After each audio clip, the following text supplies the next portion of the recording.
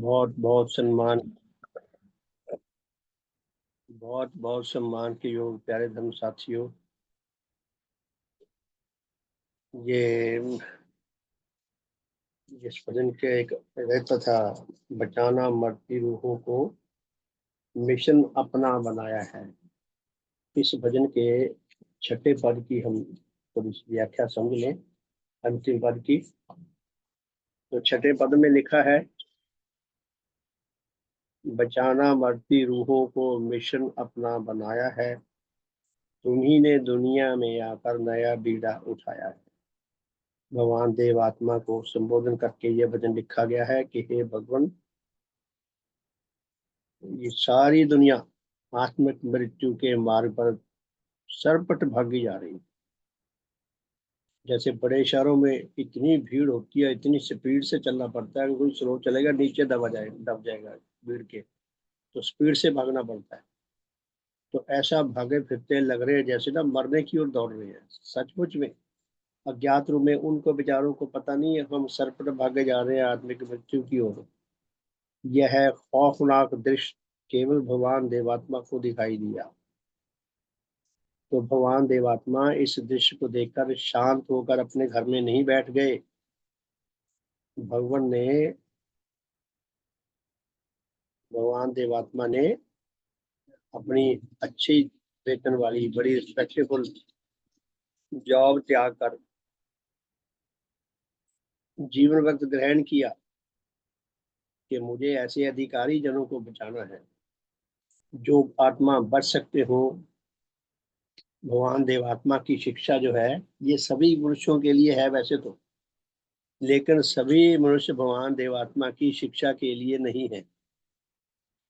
अर्थात जो मनुष्य जन्मजात उच्च गुण लेकर पैदा नहीं होते, उनको भगवान देवात्मा की शिक्षा में कोई आकर्षण नहीं आता। वो दूर भागने, उनको घबराहट होती है। उनको बेचारों को ये नहीं पता है ये शिक्षा हमारे लिए जान और प्राण है। तो इसमें अंतिम पद है, आए जो तुमरे चरणों में, रहे तुमरे जो हो कर।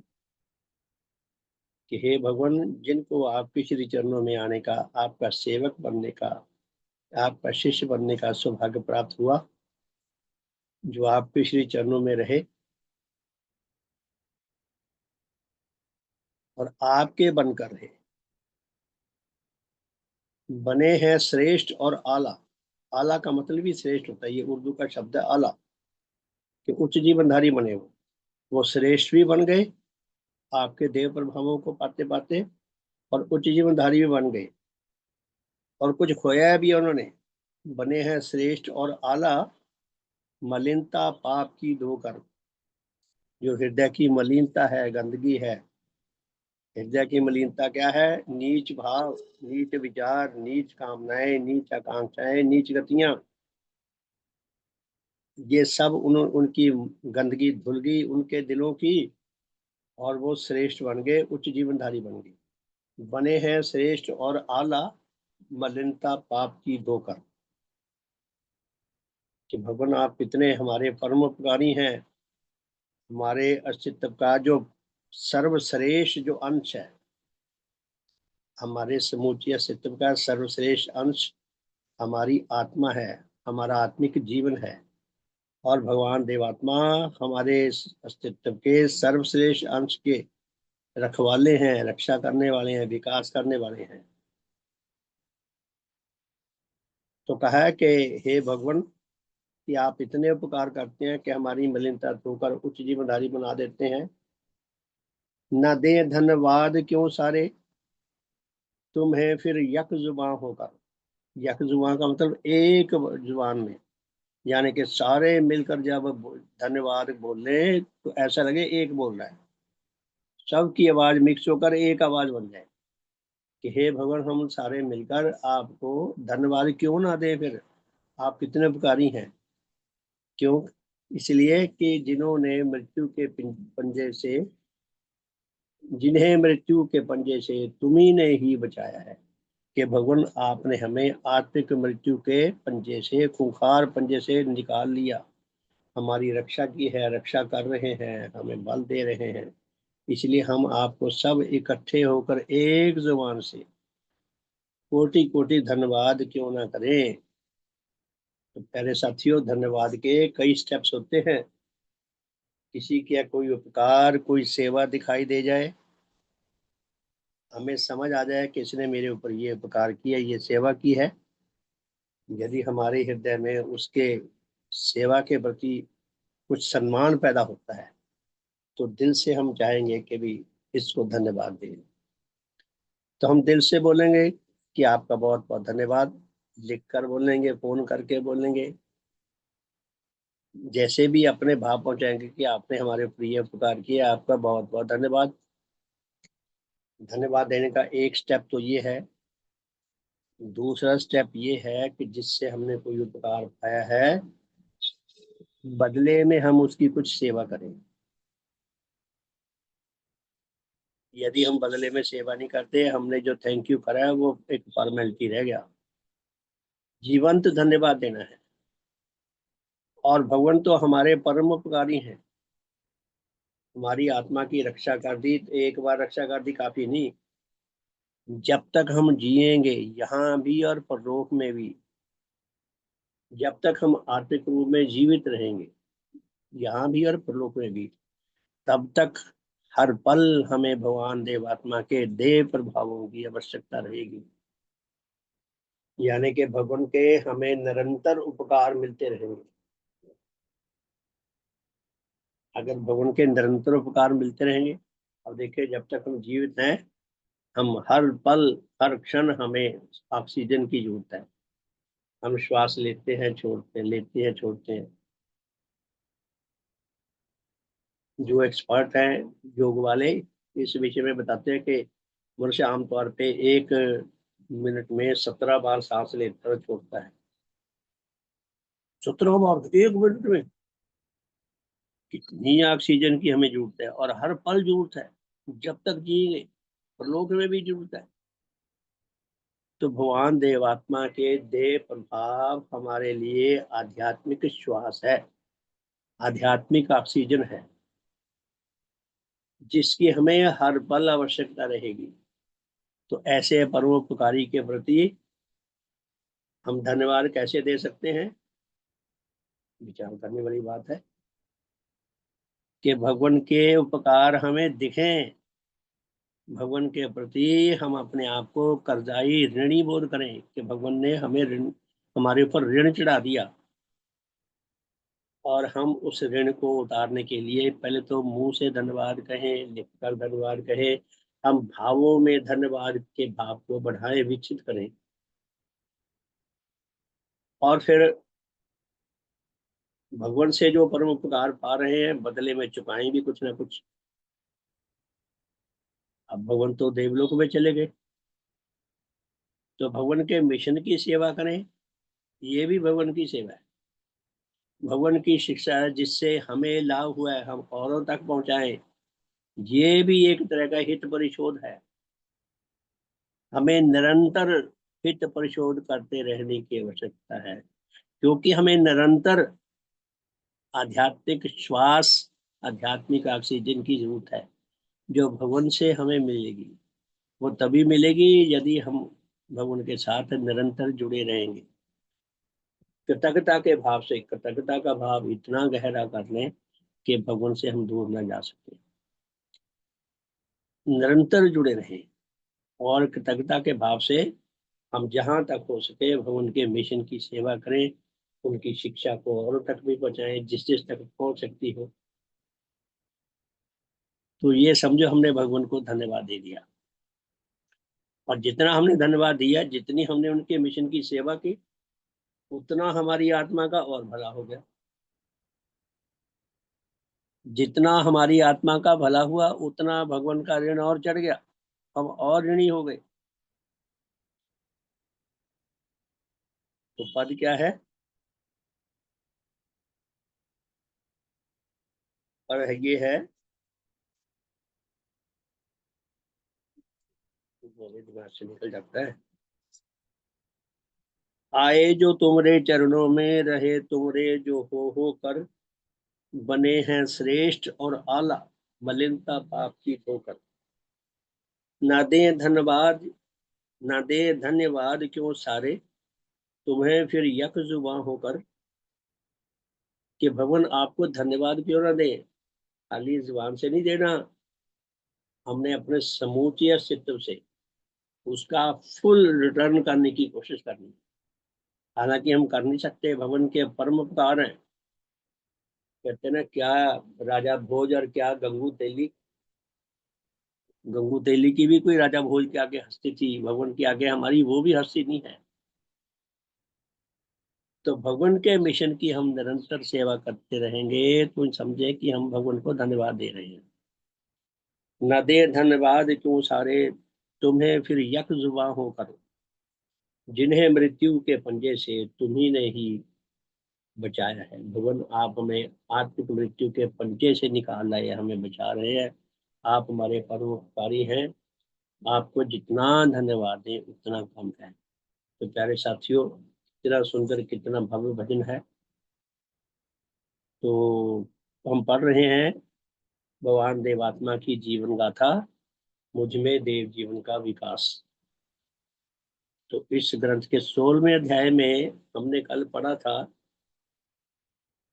पढ़ रहे थे कि मोक्ष प्राप्त और धार्मिक मनुष्य की पहचान क्या है। जिस जन की मुक्ति हो गई हो, जिसको मुक्ति मिल गई हो और जिसको धर्म जीवन मिल गया हो, उसकी पहचान क्या है, प्रश्न ये है। तो भगवान ने ये 12 बातें लिखी हैं। कल हमने 8 पढ़ी थी। तो 8वीं बात थी कि मोक्ष प्राप्त और धार्मिक मनुष्य की पहचान ये है कि ऐसे मनुष्य के हृदय में परमात्मा पर, ऐसे मनुष्य का हृदय परमात्मा पर निर्भर रखता है। ये भगवान ने बात लिखी है जब वो ईश्वर को मानते थे। तो इसको यदि हम मॉडर्न टर्मिनोलॉजी में इसका अर्थ लें तो ये बनता है, भगवान ने भी लिखा है कि हम भगवान देवात्मा के देव रूप के साथ अनुराग सूत्र से जुड़ सकें। यदि हमारी सच्ची मुक्ति होगी नीच जीवन से, और यदि हमारे अंदर सचमुच का धर्म जीवन आ गया, तो हमारा हृदय भगवान देवात्मा पर निर्भर करेगा। देवात्मा पर निर्भर अर्थात हमारे जीवन की रक्षा और विकास का सारा दारोमदार भगवान देवात्मा पर है। देवात्मा है तो हम हैं, देवात्मा नहीं है तो हम नहीं है। फिर क्या कहते हैं कि ऐसे जन का हृदय परमात्मा पर निर्भर रखता है और उनके दर्शन और योग से दिल शांति और आनंद पाता है। ऐसे जन का हृदय को देवात्मा से हम तो माने कि ऐसे जन का हृदय देवात्मा पर निर्भर रहता है। जो भगवान ने कहा है, जो भगवान ने किया है, जो वो शिक्षा देते हैं उस पर हम उस पर चले। मैं अपने जीवन में, मैं अपने डिपार्टमेंट में खास तौर पर जब भी मुझे कोई समस्या आती तो मैं देखता कि ऐसी ही समस्या देवात्मा के जीवन में आई थी जो मेरे जीवन में आई है। अगर आई थी तो भगवान ने उस समस्या का सामना कैसे किया था, हल क्या किया था उन्होंने। तो मैंने भी वही प्रयास किया है और मुझे बहुत खुशी है इस बात की कि मुझे हर बार सफलता मिली। तो क्या कहा है भगवान, क्या कहते हैं कि ऐसे जन का हृदय देवात्मा पर निर्भर रखता है, हम यूं समझें। और उनके दर्शन यानी कि भगवान देवात्मा के दर्शन और योग से उसके दिल को अपूर्व शांति और आनंद मिलता है। 9वीं बात, ये बातें गप्पे नहीं है, काल्पनिक नहीं है, बिल्कुल 100% सत्य है। जिन्होंने जी हैं वो जानते हैं इनका रस। 9वीं बात,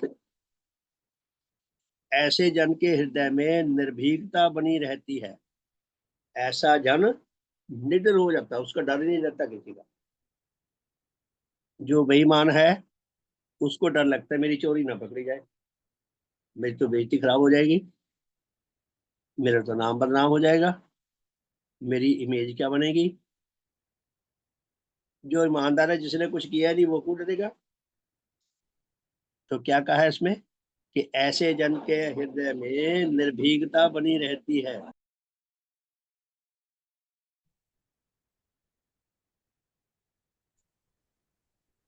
ऐसे जन के हृदय में निर्भीकता बनी रहती है, निडर होता है। और दुनियादार पापी जनों की तरह वह अनुचित फिक्र और भय से कष्ट नहीं पाता। दुनियादार जो दुनिया में रहते हैं। सुरजीत कौर जी, आपका माइक ऑन है, कृपया माइक बंद कर लें। सुरजीत कौर जी, हाँ जी, हाँ जी। बंद कर लो, बताने की जरूरत नहीं, बस आपका माइक देखो ऑन है, बंद कर लो। अभी ऑफ नहीं हुआ आपका माइक, बीच में डिस्टरबेंस आएगी। शुभो, अभी आपका माइक बंद नहीं हुआ। तो भगवान क्या लिखते हैं कि ऐसे जन के हृदय में निर्भीकता बनी रहती है, निडर रहता है ऐसा जन।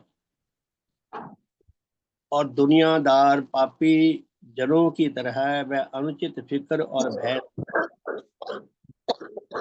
और जी डिस्टर्ब करनी है आप, अपना माइक बंद करें ना। धन्यवाद, अब बंद हो गया, धन्यवाद आपका। तो क्या कहते हैं भगवान के ऐसा जन दुनिया, फिर आपका माइक ऑन हो गया, क्या हो जाता। हाँ, वो दीदी इसको ना, इस पे जो ये माइक का बटन है उस पे बटन करो, वो कई बार मतलब बटन नहीं ध्यान आता। जो माइक के बटन पे आप बटन हाथ रखोगे ना तो हो जाएगा। हाँ जी, ऑन है अभी, स्पीकर की तरह जो बना हुआ है साइड में। अभी भी अगर ऑन है।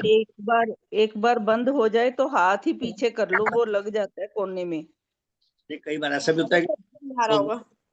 ऐसा भी हो जाता है, सांस की अगर वो प्रेशर पड़े ना तो उससे भी ऑन हो जाता है, मैंने ये भी महसूस किया। सुजीत कौर जी, आपका माइक अभी ऑन है, अभी भी ऑन है, क्या करें या अब। तो आप बोलो ना, कृपया शांत रहे, बस शायद डिस्टर्बेंस ना रहे। हाँ जी, तो भगवान लिखते हैं कि ऐसे जन के हृदय में निर्भीकता बनी रहती है, वो निडर रहता है, उसको डर नहीं रहता किसी का। और दुनियादार पापियों की तरह वह अनुचित फिक्र और भय से कष्ट नहीं पाता।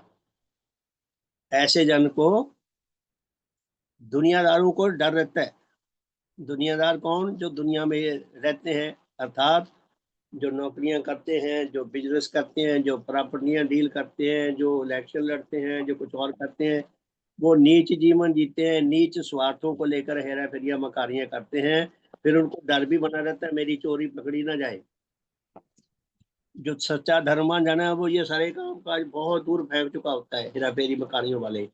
इसीलिए उसका डर ही सारा खत्म हो जाता है। 10वीं बात,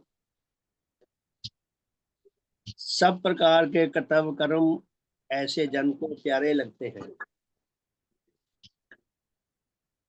जो मुक्ति प्राप्त है, जो धर्मवान जन है, उसे अपने सब कर्तव्य कर्म प्यारे लगते हैं।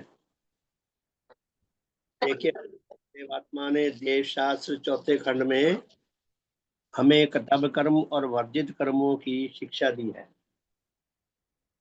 कि इस विषय में जितने भी ये सितव हैं उनको भगवान ने 16 संबंधों में बांट दिया।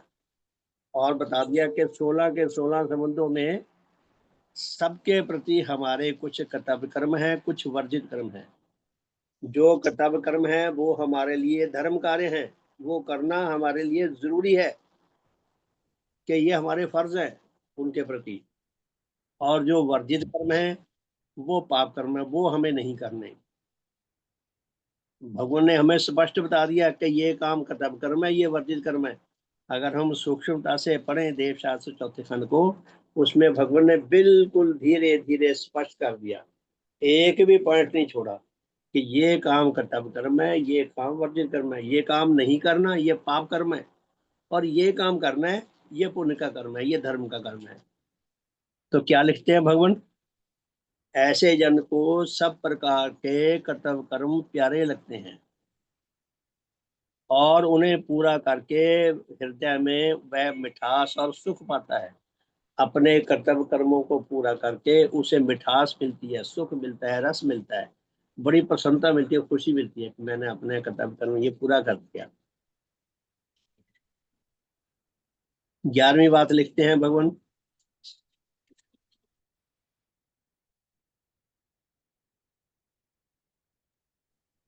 भगवान लिखते हैं कि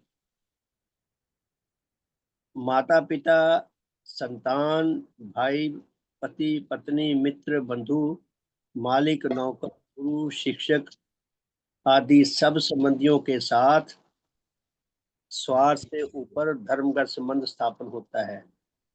ऐसे जन का जो मुक्ति प्राप्त है, धर्मवान है, ऐसे जन का अपने माता पिता के साथ, संतान के साथ, भाई के साथ, बहन के साथ, पति के साथ, पत्नी के साथ, मित्र के साथ, बंधु के साथ, मालिक के साथ, नौकर के साथ, गुरु के साथ, शिक्षक के साथ, टीचर के साथ, सबके साथ वो धर्मगत संबंध स्थापन करता है। धर्मगत संबंध क्या होता है? अपने दुश्मन के साथ भी वो धर्मगत संबंध रखता है। शत्रु के प्रति भी जो कर्तव्य कर्म है वो पूरे करने की पूरी कोशिश करता है और जो वर्जित कर्म है वो करने से बचता है। वर्जित कर्म पाप की ओर, विनाश की ओर लेकर जाते हैं। तो भगवान हमें कितना संवेदनशील बना देते हैं। 12वीं बात,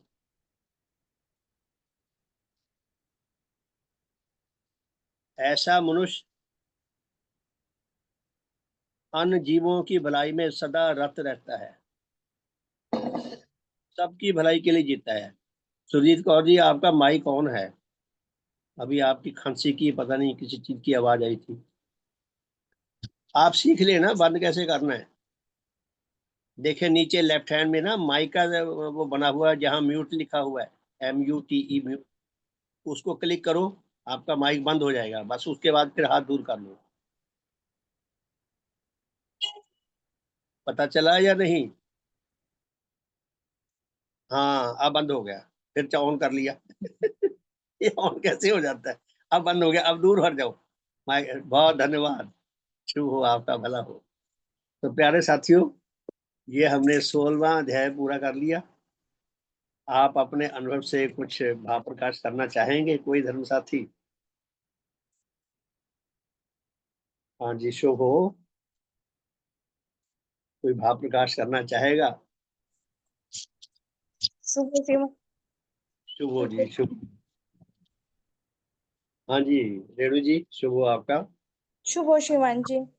हाँ ये तो बहुत 12 जो हमने ये देखे, आपने बताया ये, मतलब कोशिश करें इन पे जी पाए।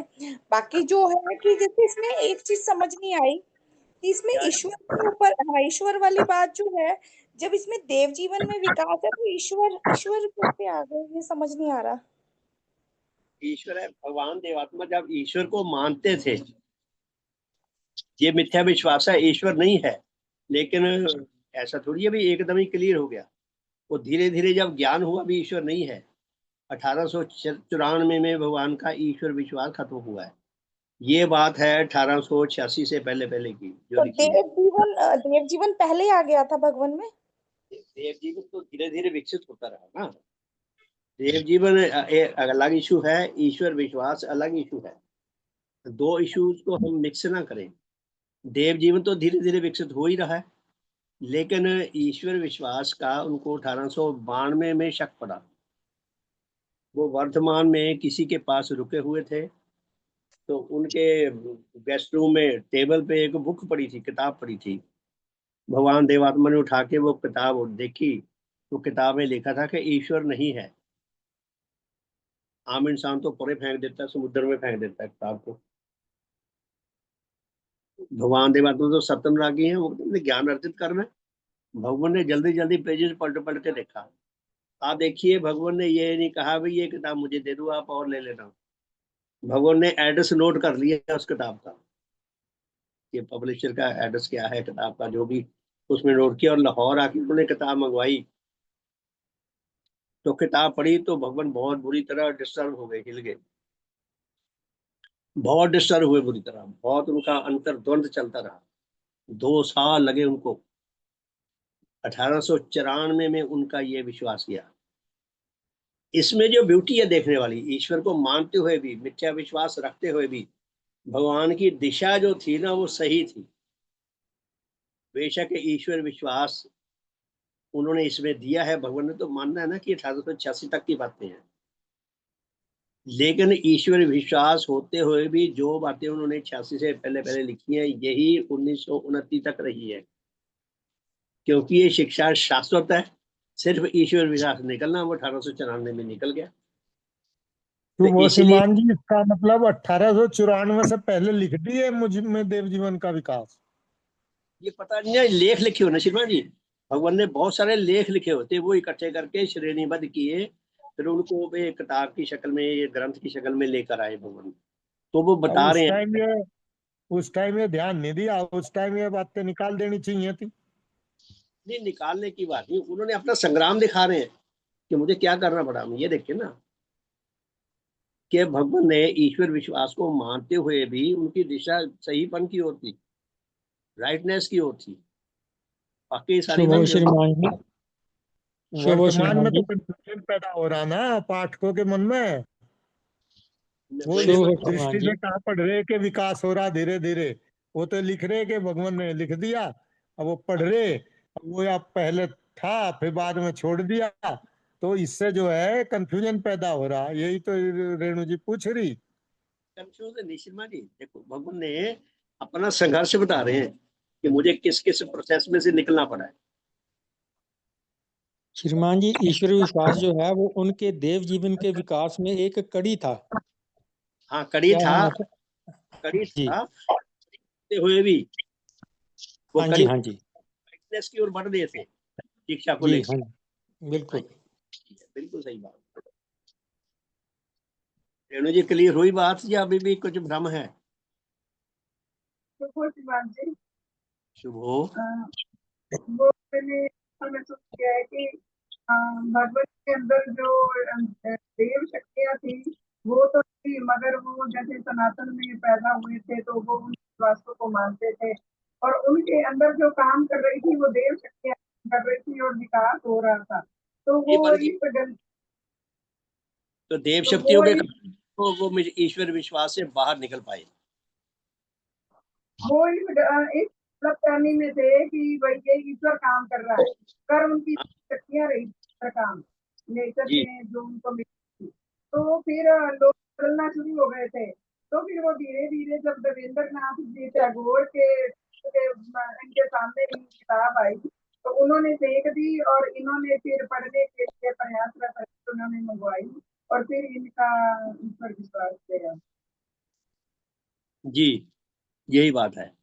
हमें जो हमारे लिए समझने की बात यह है कि भगवान को कैसे संघर्षों में से गुजरना पड़ा है सत्य की ओर जाने में। हम जाएं, रास्ते में हमारी कितनी रुकावटें मिलती हैं, हम उनको अगर नहीं पार कर पाते तो कहीं एक्सीडेंट करवा के वहीं बैठे रह जाते हैं। भगवान निकलते गए, सबको पार करते गए। तो तो 17वां इसका अध्याय है। मतलब श्रीमान जी ये है कि संपादित की बाद में किसी ने नहीं नहीं, ये तो पुराने देवात्मा, में सारे इकट्ठे करके वे एक जगह कंबाइन कर दिए। भगवान देवात्मा ने ही छुपाई है, भगवान देवात्मा ने ही ये श्रेणीबद्ध करके लेख डाले हैं। ये भगवान आत्मा क्योंकि ने ये ही। सारे लेख अगर भगवान एक टाइम में लिखते, एक टाइम में बैठ कर लिखी जाती तो ऐसा नहीं होगा था इनमें। शर्मा जी, ये लेख जो है ना अलग अलग टाइम पे लिखे गए हैं, भगवान ने वो जो भूमिका नहीं हाँ वही वही वही, वो अलग टाइम पर लिखे, वो अलग टाइम पर लिखे, फिर सबको सारे। इकट्ठे करके संपादित करके छपवा दिया। ना ना ना ना ना, ऐसे नहीं, उन्होंने श्रेणीबद्ध किए हैं। श्रेणीबद्ध करके उन्होंने अपना संघर्ष बताया है कि किस किस संघर्ष में से निकले हैं। हम उनके संघर्ष को देखें कि ईश्वर विश्वास होते हुए भी वो सही की ओर जा रहे हैं। देव शक्तियां तो सही की ओर ले जा रही हैं और देव शक्तियों ने ही आगे ईश्वर विश्वास हटा दिया।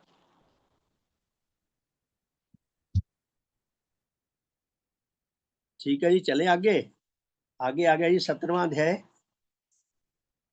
तो 17वें अध्याय में भगवान लिखते हैं देव धर्म की घोषणा और देश समाज स्थापन।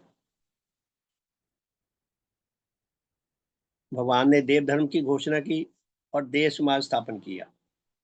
कोई हमारे से पूछे कि देव धर्म की घोषणा कब की, आमतौर पे भ्रम हो जाता है कि 1882 में की। 1882 में भगवान देव आत्मा ने जीवन व्रत लिया। देव धर्म की और देव समाज की घोषणा 1887 में की। देव धर्म समझिए 1887 से इंट्रोड्यूस हुआ है। चलो आगे चलते हैं। तो इसमें लिखते हैं भगवान, 17वां अध्याय, मुझ में देव जीवन विकसित हो रहा था और मैं देवत्व के जिस नवजीवन का प्रचार करता था वह और संप्रदायों के लाखों लोगों के लिए तो पूर्णतः अनोखा था ही, किंतु ब्रह्म समाज के लोगों को भी बहुत कुछ निराला महसूस होता था। तब भगवान ब्रह्म समाज में थे। भगवान कहते हैं कि उनके अंदर जो देव जीवन धीरे धीरे विकसित हो रहा था, और देव जीवन के विकसित होते होते भगवान ने नव जीवन का प्रचार शुरू कर दिया। तो भगवान कहते हैं कि जो वो शिक्षा का प्रचार प्रसार कर रहे थे वो दूसरे संप्रदायों के लिए तो वो एक अनोखी सी बात ही उनको समझ नहीं आ रहा था ये क्या बोले जा रहे हैं।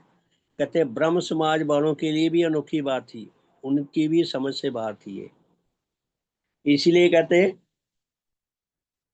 पाप बोध, पाप से मोक्ष, नव और अमर जीवन आदि विषय मेरे नाना उपदेश मेरे कुछ शिष्यों के भिन्न उन्हें प्रहेलिका की न्याय मालूम होते थे। भगवान कहते हैं ये जो मैंने लेख लिखे हैं, 3 लेख दिए ना, पाप बोध, पाप से मोक्ष, नव और अमर जीवन आदि विषय, कहते मैंने जो नाना उपदेश दिए मेरे विशेष विशेष सेवकों को छोड़कर, उनके प्रचारकों को छोड़कर बाकी सबको पहेलियां लगती थी। जैसे पहेलियां सी, कहते पता नहीं क्या पहेली से डाले जा रहे हैं, हमारे तो पल्ले कुछ नहीं पड़ रहा। ब्रह्म समाजियों को भी, दूसरे संप्रदायों के लोगों को भी। तो आगे क्या लिखते हैं भगवान, और जिस तरह हंस की बोली कौवा नहीं समझता, उसी तरह वह मेरे इन उपदेशों के समझने में अपने आप को अयोग्य पाते थे। भगवान कहते जैसे हंस की बोली कौवा को नहीं समझ आती, वो दोनों की प्रजाति अलग अलग है, स्वभाव अलग अलग है, जीवन शैली अलग अलग है। तो हंस की बोली जैसे कौवे को नहीं समझ आती, भगवान कहते इसी तरह मेरे जो उपदेश थे वो उनको भी कुछ समझ नहीं आ रहे थे, अपने आप को वो समझने में अयोग्य पाते थे। पाप बोध विहीन, पाप प्रिय, नीच लक्ष्यगामी तथा संसारासक्त आत्माओं के हृदयों में कुछ परिवर्तन और उनमें धर्म विषयक नवजीवन के उत्पन्न और विकसित करने के लिए देवत्व प्राप्त जिस सदगुरु की आवश्यकता है, वह आवश्यकता केवल यही नहीं कि उन्हें कुछ भी प्रतीत न होती थी, किंतु गुरु तत्व के प्रकाशित होने पर मैं उसके विषय में जो कुछ प्रचार करता था वह प्रचार उन्हें बहुत बुरा और हानिकारक लगता था। भगवान क्या कहते हैं फिर सुनिए, कहते पाप बोध विहीन, करोड़ों लोग ऐसे थे जिनके अंदर पाप का बोध ही नहीं था, पाप बोध विहीन थे, बोध विहीन थे। पाप प्रिय, पाप कर्म करने के बड़े शौकीन थे, मिनट में पाप कर लेते थे, कोई भी नीच चिंता नहीं करती, एक क्षण में कर जाते थे। नीच लक्ष्यगामी, उनके जीवन का लक्ष्य नीच था। नीच क्या था? नीच सुखों की तृप्ति पाना और दुखों से बचना, बस यही लक्ष्य है संसारासक्त लोगों का। और संसारासक्त आत्मा जो दुनियादारी के, संसार के प्रेमी थे, अनुरागी थे, संसारासक्त आत्मा, ऐसे आत्माओं के हृदयों में उच्च परिवर्तन और उनमें धर्म विषयक नव जीवन के उत्पन्न और विकसित करने के लिए देवत्व प्राप्त जिस सदगुरु की आवश्यकता है, वह आवश्यकता केवल यही नहीं कि उन्हें कुछ भी प्रतीत नहीं होती थी।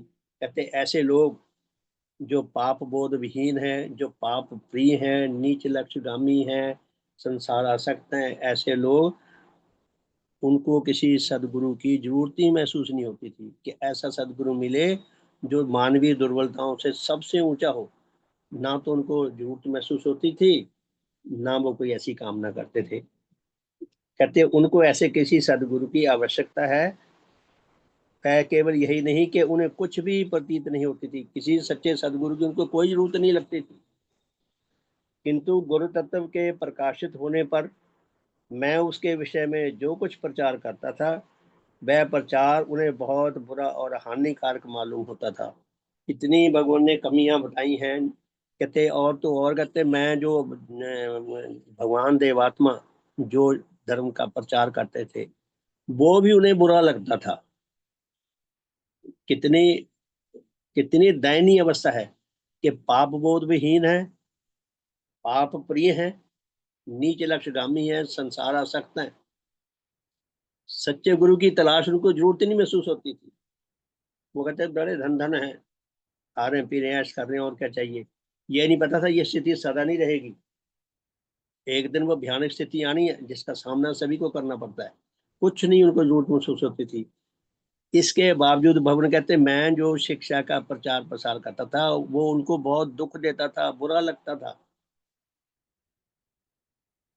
इसलिए वह मेरी ओर आकृष्ट होने के स्थान में उल्टा दूर होते गए। भवन कहते वो मेरी ओर आकृष्ट होने के स्थान पर मेरे से दूर होते गए। और केवल यही नहीं कि वह मेरे उपदेशों से कोई विशेष लाभ नहीं उठाते थे, किंतु उल्टा मेरे विरोधी होकर मेरे जीवन संबंधी उच्च कार्य के में प्रतिबंधक बन रहे थे। वो मेरे कहते उपदेशों से कोई लाभ नहीं उठाते थे, बल्कि मेरे कार्य में रुकावटें डालते थे। भगवान जो हालात लेते हैं, आज भी यही हालत है करोड़ों मनुष्यों की। मैं कितने ही काल तक इस प्रतिकूल अवस्था में भी काम करता रहा। अब भगवान का संघर्ष देखिए, हम भगवान की जगह अपने आप को देखें कि ऐसे लोग हो, हमें ऐसा काम करना पड़े, वो हमें घृणा करते हो, हमें काम ना करने देते हो, हमें रुकावट डालते हो, 2 दिन में छोड़ के भाग जाएंगे, माफ करो बाबा मैं नहीं याद रहता, मैं नहीं काम करता। भगवान कहते मैं ऐसी विवशता में भी मैं कुछ दिनों तक काम करता रहा। तो क्या कहते हैं भगवान, मैं कितने काल तक इस प्रतिकूल अवस्था में भी काम करता रहा। भगवान दौड़े नहीं, भगवान काम करते रहे ऐसी विरोधी अवस्था में, परंतु उनकी समाज और उनके संग रहकर जब और अधिक समय तक निर्वाह करना असंभव हो गया।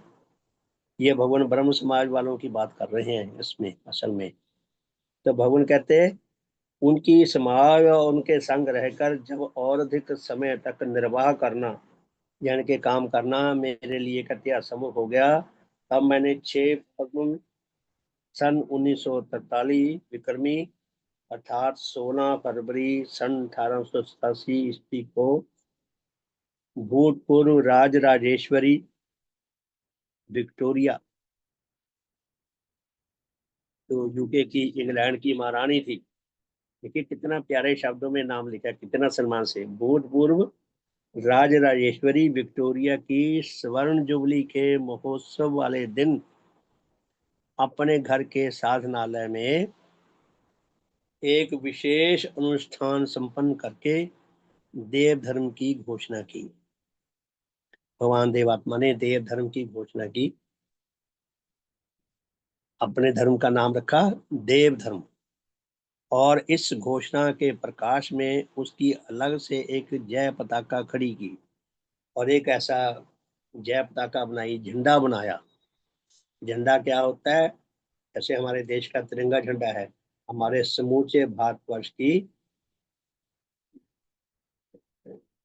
क्या कहते हैं व्यक्तित्व का प्रतीक है हमारा ये झंडा, पहचान है। उसी तरह भगवान देवात्मा ने एक जय पताका, एक ऐसा विशेष झंडा तैयार किया, देव धर्म का झंडा, और वो लगाकर वहां खड़ा किया जहाँ पे उन्होंने अनुष्ठान किया। इसी दिन से देव समाज का सूत्रपात हुआ और समाज का नाम रखा देव समाज। देव समाज उच्च जीवनधारी देवता तुल्य लोगों की समाज, देव समाज। असाधारण नाम है, देव समाज का सूत्रपात हुआ। इस समय से मेरा जीवन व्रत संबंधी सब काम पूर्णतः स्वतंत्र रूप से होने लगा। भगवान ने ब्रह्म समाज त्याग दी, उस दिन से अपने ही समाज बना ली, देव समाज। उस दिन से उनका काम स्वतंत्र रूप से शुरू हो गया। इसी समय से मेरे जीवन का एक और युग आरंभ हुआ। भगवान देवात्मा के जीवन का जैसे नया सीन आता है ना नाटकों में, भगवान देवात्मा के देव जीवन में एक अद्वितीय दृश्य, नया दृश्य पैदा हुआ देव धर्म और देव समाज का। तो एक नया युग उनके जैसे जीवन में शुरू हुआ, एक नए युग का आरंभ हुआ। इस अनुष्ठान के विषय में एक संक्षिप्त नोट 20 फरवरी सन 1887 के ईस्वी के धर्म जीवन में प्रकाशित हुआ था। तो भगवान ने धर्म जीवन नामक पत्रिका जारी की थी, जैसे हमारी पत्रिका निकलती है सदैव संवाद, तो मैगजीन निकलती थी धर्म जीवन। उसमें एक उन्होंने संदेश सूचना जारी की जनसाधारण के लिए। वह कुछ शब्दों के परिवर्तन के साथ नीचे उद्धृत की जाती है। तो ये हम सूचना कल पढ़ेंगे। इससे आगे तो बहुत बहुत धन्यवाद प्यारे साथियों। हमें भगवान के उनकी शिक्षा का, उनके पवित्र और अद्वितीय संग्राम का हमें कितना सुंदर दर्शन मिलता है, और कितना विज्ञान मूलक है, कितना तर्क मूलक है, कितना कल्याण मूलक है, कितना उच्च रस प्रदान करने वाला है, और हमें बुद्धि से, हमारी बुद्धि को तीक्ष्ण करने वाला है, हमारे भावों को सुंदर बनाने वाला है। भगवान देवात्मा के देव जीवन का ये संघर्ष हमें उच्च प्रेरणाओं से भरने वाला है। सबका शुभ हो। बड़ी खुशी की बात है, आज 20 लोग हुए थे, अब 18 हैं। बहुत खुशी की बात है कि धीरे धीरे हमारे परिवार में गिनती बढ़ रही है। काश बढ़े, हम सब संग्राम करें, अधिक से अधिक लोगों को साथ जोड़ें ताकि उनके भले का मार्ग भी खुल सके। तो जय ध्वनि करके आज के साधु को विराम देते हैं। भगवान देवात्मा की जय, भगवान देवात्मा की जय, भगवान देवात्मा की जय, भगवान देवात्मा की जय। सबका शुभ हो, सबका हित हो, सबका मंगल हो, सबका कल्याण हो। बहुत बहुत धन्यवाद। शुभ संध्या। तो रात को मिलेंगे जी 8:40 से 9:30, और कल पर आता है 5:30 से 6:30, और शाम को इसी टाइम 4:30 से 5:30। तो सबका बहुत बहुत धन्यवाद। शुभ संध्या। बहुत बहुत धन्यवाद आप सबका।